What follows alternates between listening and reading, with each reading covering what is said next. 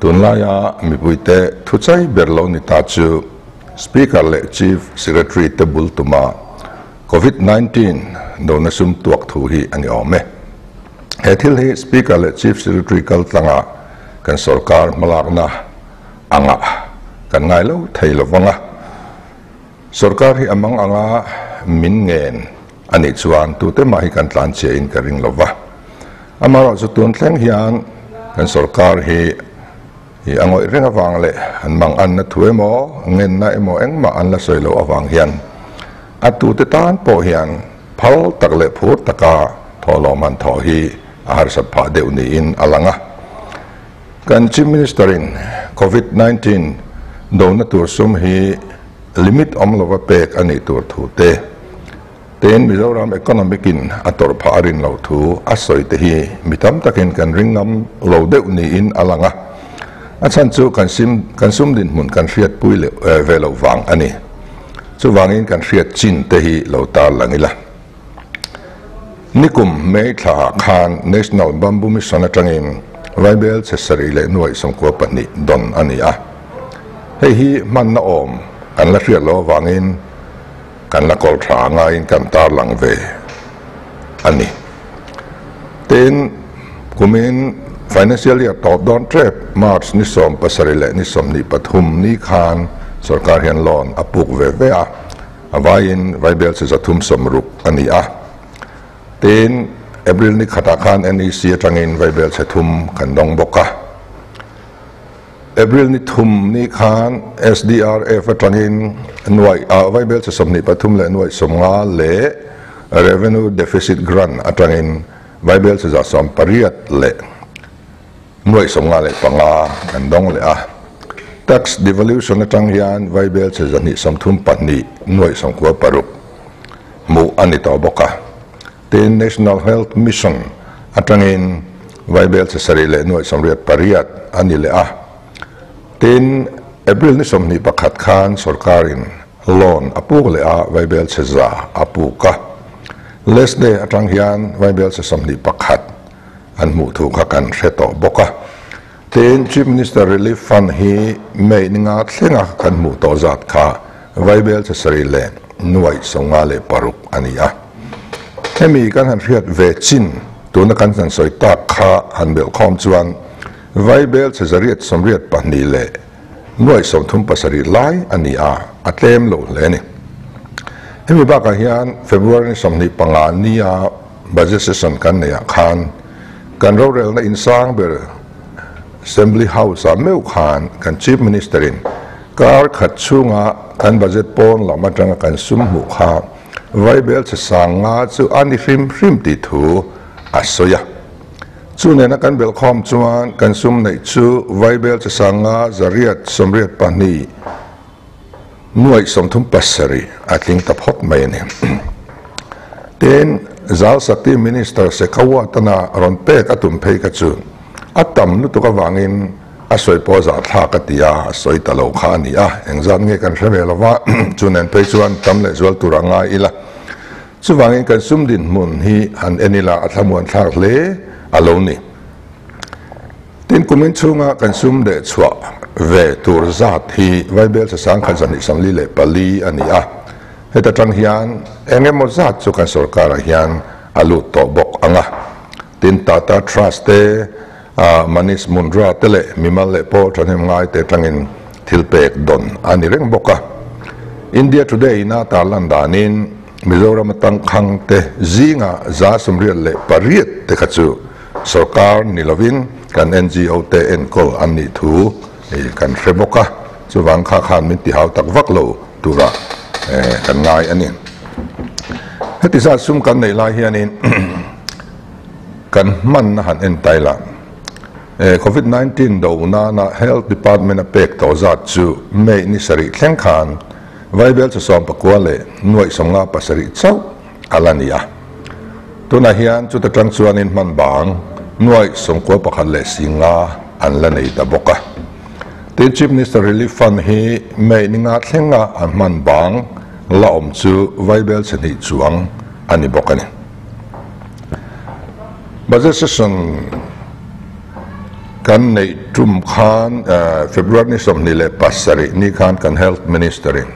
COVID-19 atana loin buat sainan finance department na nuai za samthum pani adil thu asoya kha finance department in lo no sakti kan han riat khan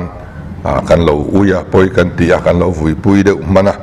amaro chu kan sum din mon kan riat lo wang alo ni a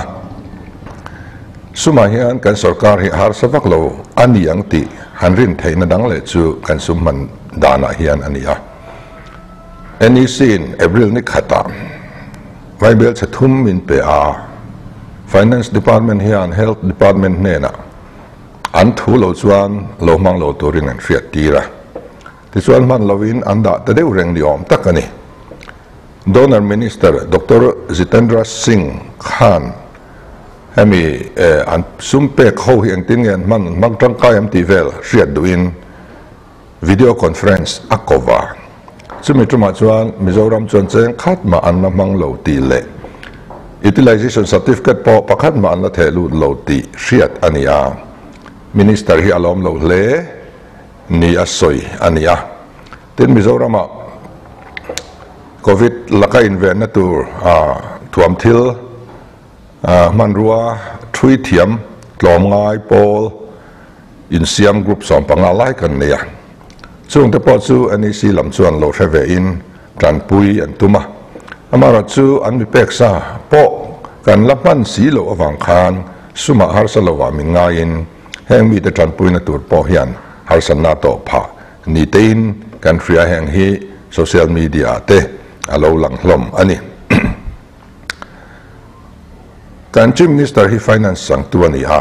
ani tluka kan ram sum din mun se chiang tu ma kanom lova ani thlamuang taka lom lain speaker hovin man mo takin ro kan lo rel ve a tuna kan sum din mun te han enna han riat ve tak nu hi chuan kan lo rel to ang le kan lo malak chin a hian du tok ri a tha in ka ria tuna chuan rivei po kanom to lova pathian zara eng em kan ti lovanga midang ti buai to ri lovin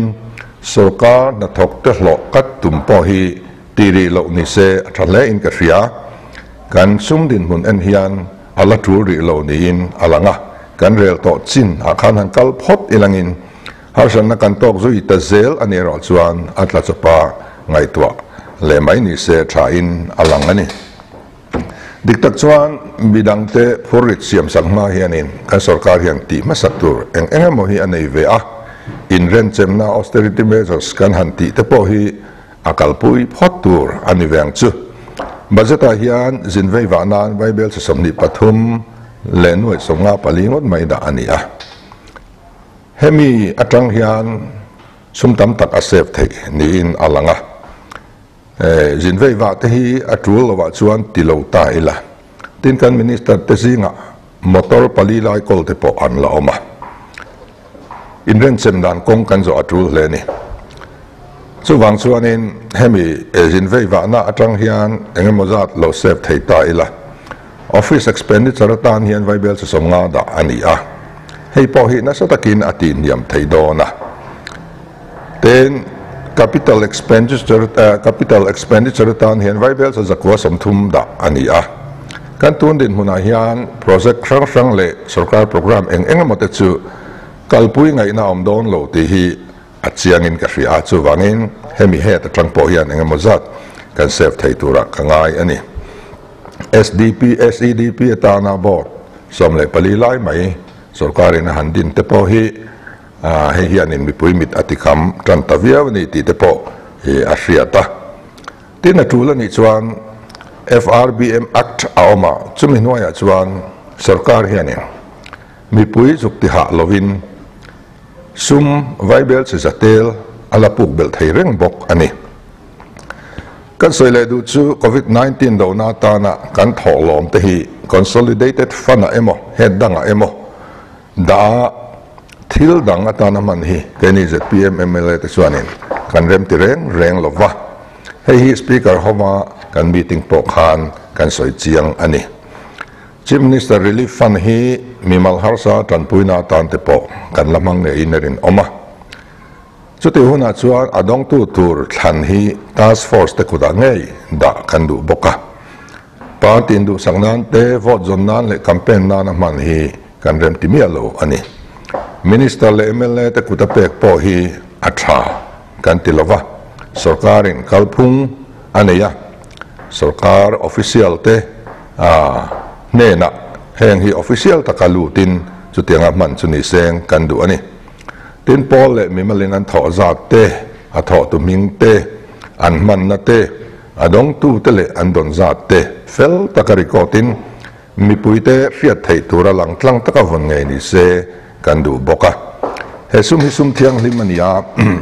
fel lo taka man ani chuan thutluk na kan siam to te po hi eni ZPM MLA te chuanin en non le hi kan hre don lo ani ato bera chuan hun har sa kan tong ani a kan ho tu te lu po ai le ang fel takaro rel po harang ti kan hria thutluk na siam fulo chang te po alo omani point mi pui te hian hret hiam mila kan ho tu te lam point tloma la lovin an ro rel te chu en non le siam that re bok lo sila indo pui lai khan British Prime Minister Chamberlain a chuan mi pui mit atlung lo le maya aya Winston Churchill la kha Prime Minister an siam ta a chu wangin hetiang hun har sa kan ton lai hian kan ho tu te po hi film khur le turin ka cha du ani hei ton naya traffic jam om velo na thingtlang te huap vekin motor in tlan chok tir alo ni ta a hei hian zin veiwa ati har sa zo ve tamaya kun na thok tu te lo nei tu te ni tin ke a an lova an fe kan phalsia motora fe tura ro chuan kar khada voi thum chau an fe thei don ta ti nania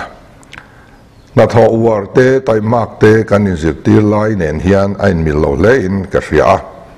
har sana siam chop kan in siam chop ta mai mai ni in alangani chu wangin motorin tlan chok hian khopui bak chu huap lo turin sarkar hian ngai tu thale turin ka ngen bok ani kanome